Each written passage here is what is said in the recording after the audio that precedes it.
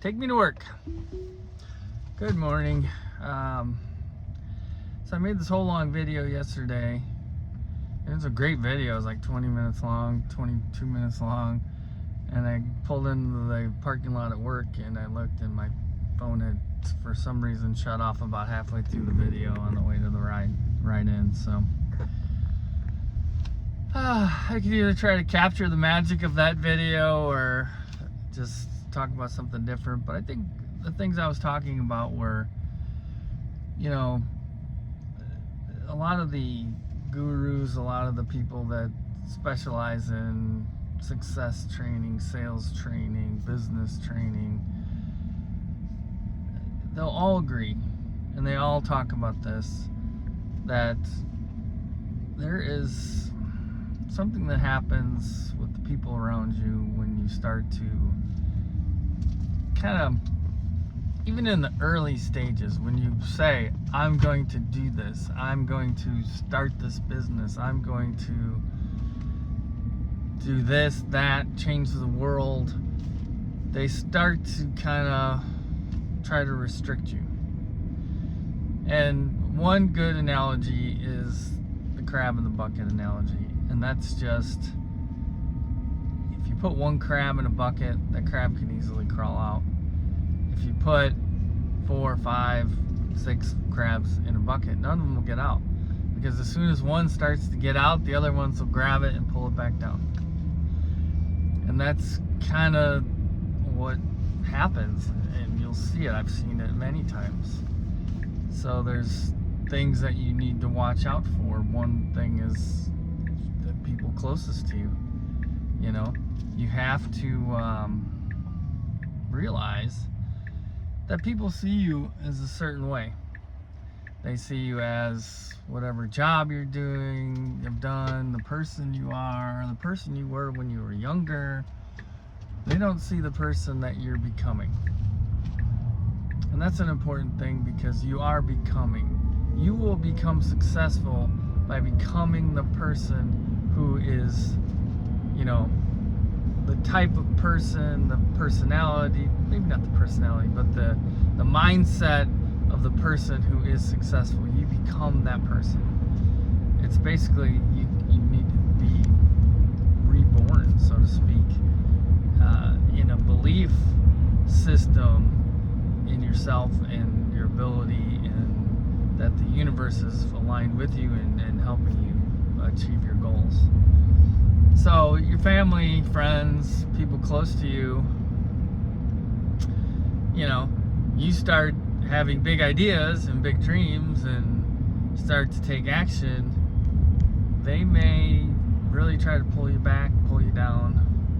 And so you have to be guarded on who you tell things. I mean, some gurus will tell you, don't tell anybody your plans, don't share your goals, because, you know, until you've achieved them, and then you can share, or people will realize. But, you know, it's very powerful, though, if you do have a family, a wife, significant others that really do align with your goals, and they're supportive and they help you, and even if they're involved in doing the things. I mean, there's a reason why, you know, rich families, the next generation is wealthy. Because, or well-to-do, let's say well-to-do families, the next generation becomes well-to-do and even surpasses, you know, the parents. It's because they have the belief system in place. They've seen it. It's like, it's a lot of platitude type analogies, but, you know, I think his name was Roger Bannister, broke the 5-minute mile. Like, took centuries probably for humans to finally break that barrier. And as soon as he did, a bunch of people did it. It was like no one believed it was possible, so no one achieved it. And as soon as somebody showed an example that, hey, they did it, it's possible.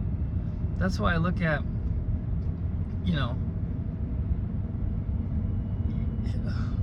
it's possible if somebody else has done it. I mean, there's billionaires, multi-billionaires, multiple hundred billionaires heading towards trillionaires in the world. So it is possible to do in a lifetime. Sorry about that. So, just going back to the analogy, people will try to pull you down, and it's interesting, the mentality of some people. It's, I'll go to my flag football coaching career here. Put together a team, all my son's friends, but they're all good athletes. He hangs out with kids in sports.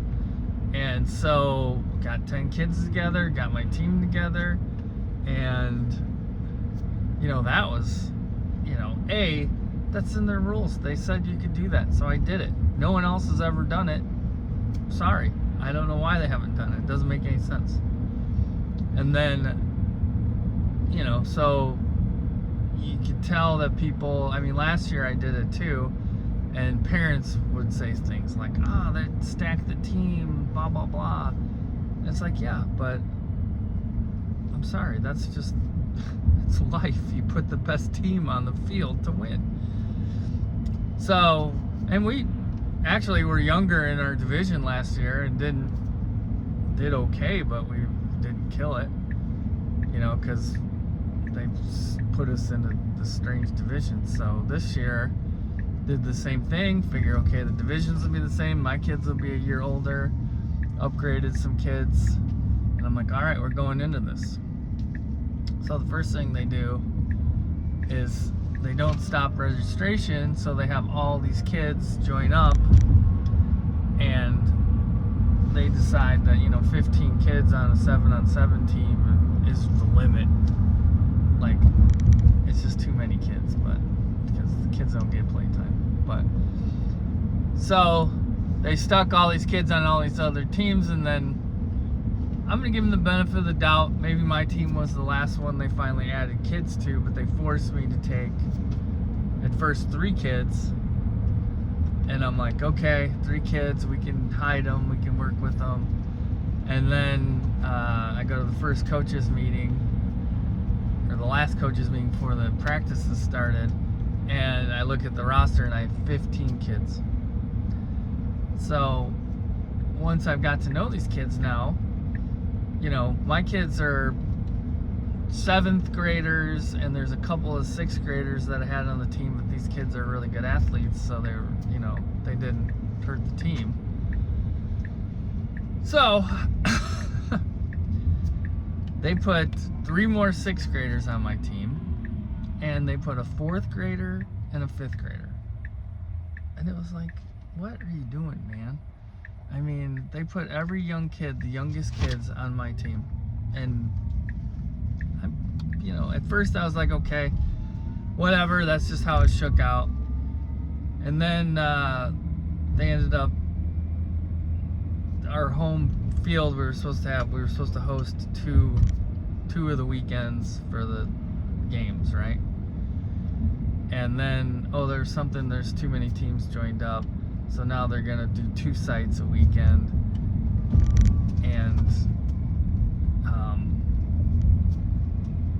we don't play 1 home game this year. So out of the 2 home possibilities, we don't play at home.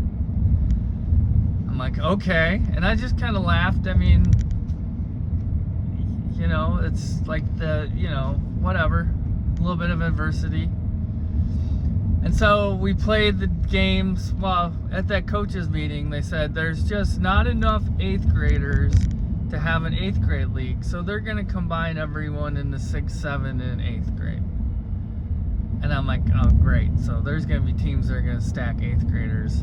That's fine. There won't be a lot of them. They'll obviously probably have to have some 6th, 7th graders, so it'll be, we're not going to run into trouble. So I left that meeting kind of like, great, whatever, it's the league, that's how it is. So we play our first game, and the kids are huge. I'm like, okay, so here's obviously one of those 8th grade heavy teams. We ended up winning by the skin of our teeth. And, I was like, okay, let's see the next week. Next week, the kids are bigger, and they're uglier, and they're meaner, and faster. And I'm like, okay, so this might be another 8th grade stacked team. So we got 2 in a row. So then they started this Facebook group, and they put the brackets or the records of all the teams, listed. And I'm looking at it. So there's a 6th grade, 7th grade bracket, and then there's an 8th grade bracket. And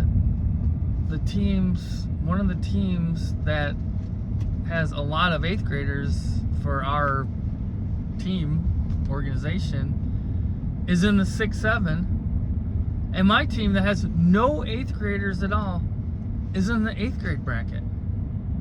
So we're literally playing all 8th graders. We might have a couple of 7th graders that they moved up, but they're not moving up the kids that can't handle it. They're moving up better 7th graders.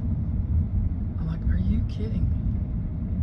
So 2 and 2 and 2 added up, and I'm like, so they purposely stuck the youngest kids on my team. They didn't give us a home game, and now they stuck us in a division that's higher than the ages of my kids.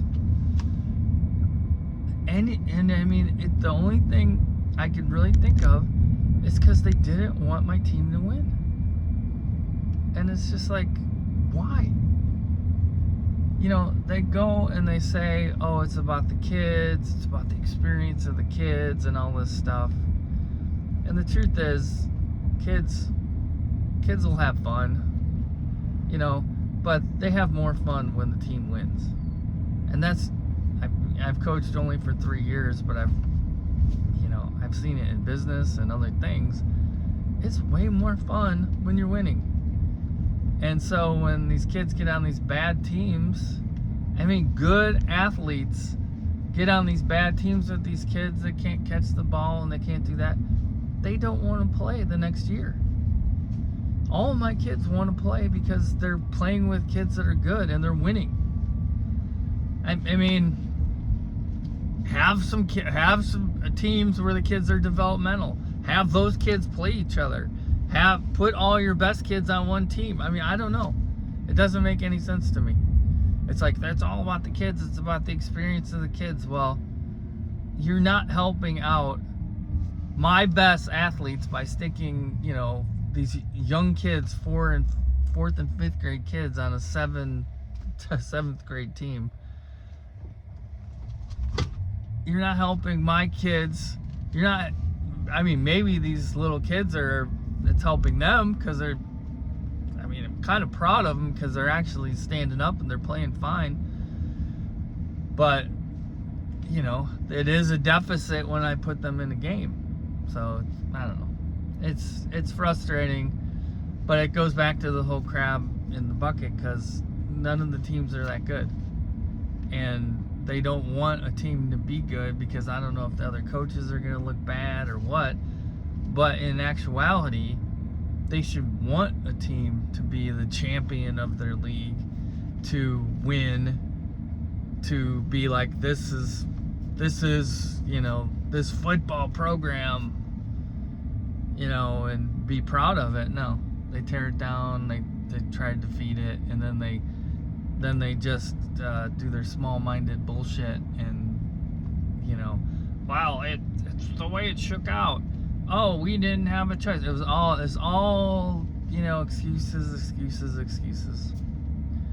But, that's what you have to deal with when you become successful or put together something that's successful. There's going to be the naysayers, the detractors.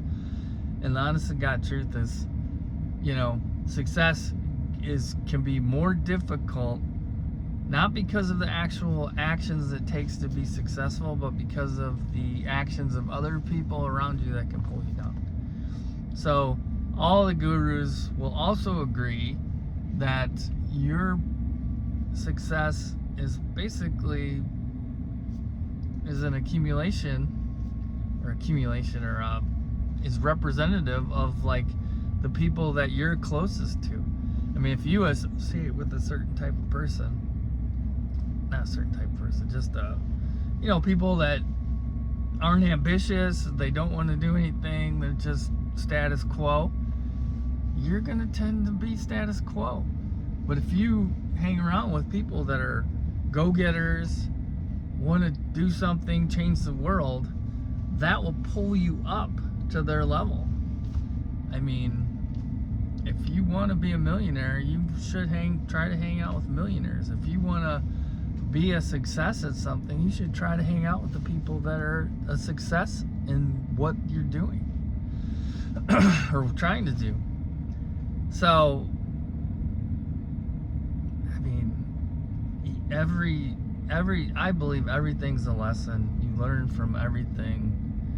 And I once heard somebody, I think it was in school or somewhere, they said intelligence is the ability to connect dissimilar things and make connections between them. And that always stuck with me, because I really do think that I'm pretty good at like looking at different situations and adapting them to other situations. But everything is a lesson. You can learn a lesson about business from coaching flag football. You can learn about how to be a good father by being in business and dealing with people. You know, it's everything's related and everything flows, and you can learn something from everything. I mean, I honestly don't know who watches these videos. I don't do them for that. I do them because I hope one day my kids will find these videos and they'll watch them when I'm old, or maybe when I'm gone, and they'll say, that's my dad. And hopefully I get this information to them while I'm here in person. But if that doesn't happen, hopefully they'll see these videos and they can learn lessons about life, and it'll help them somehow. And they can maybe get to know me beyond just our interaction as, parent and child, but like I was a human. And I learned things in life. I don't know everything. I'm still learning every day, and I try to learn as much as I can. So that's all for today. Pulling in the parking lot. Just watch who you hang out with, and make sure, like I said, your family can be your biggest support, or they can be your biggest detractor. And you have to monitor that, and you have to make sure that you have some control over that, either by maybe not telling them what your goals are, just doing it, and then later tell them, or getting them on board. I tell my sales guys, everything is sales. Every business runs on sales. It doesn't matter what business it is. There's got to be something sold to somebody, right? And if you look at it,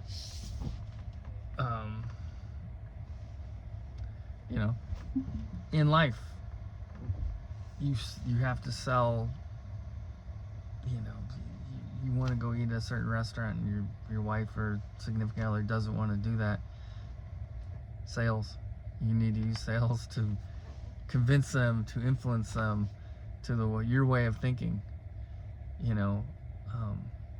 There's a dark side of manipulation, but influence for the better of the person, as long as you truly believe that it is in the best interest of the person, or something trivial like ordering dinner. You use it for good, obviously, but the first person that you always have to sell is yourself. You have to believe. And then the second person you need to sell is those people that are close to you. And once they're on board, you can become unstoppable. So that's it for today. Have a good day. Keep going.